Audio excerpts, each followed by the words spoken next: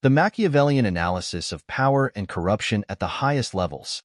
Understanding the intricate games played at the highest levels of power requires a keen sense of political realism and a willingness to dissect strategies devoid of ethical illusions.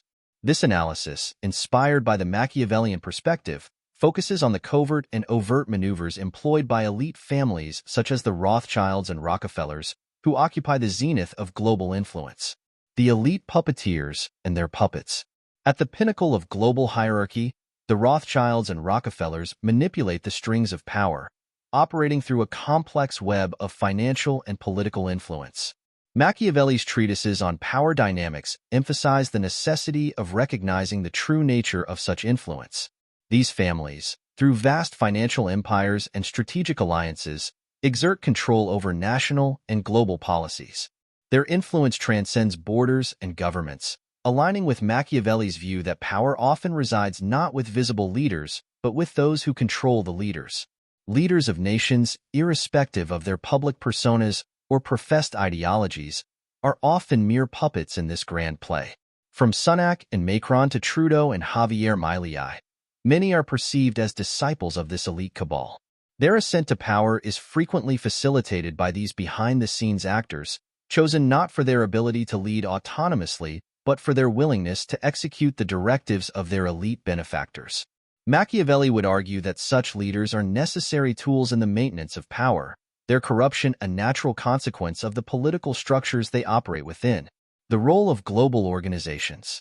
Global organizations like the International Monetary Fund, IMF, the World Health Organization, WHO, and the United Nations, UN, are often viewed through a lens of skepticism by those who understand the deeper mechanics of global control.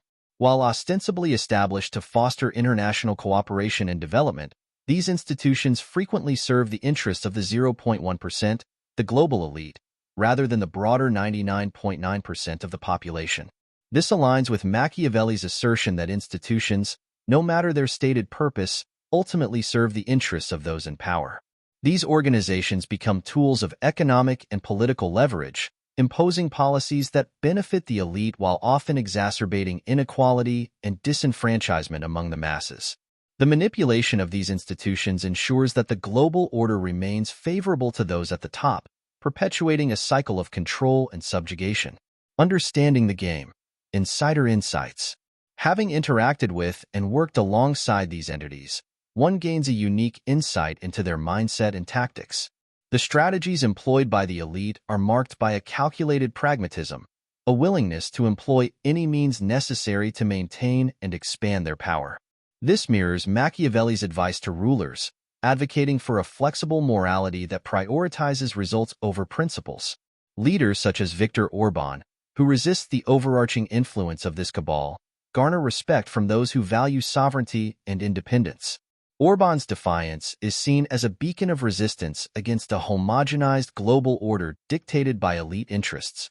In contrast, those who capitulate to these interests are viewed with disdain, their leadership considered a betrayal of genuine autonomy and governance.